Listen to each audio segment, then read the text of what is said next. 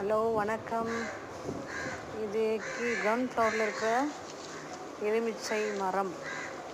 இதில் இந்த வருஷம் தான் நிறைய காய் கொடுத்துருக்குது. இதை வச்சு ஒரு 2-3 வருஷத்துக்கு ஆகும். இப்போ தான் 10 காய் ஏற்கனவே நான் பறிச்சிட்டேன். மீதி இருக்கிற காயை தான் இப்போ நான் காட்டுறது. நிறைய காய் விட்டுருக்கு. சின்ன இடத்துல கொஞ்சம் இடத்துல தான் வச்சுருக்கேன்.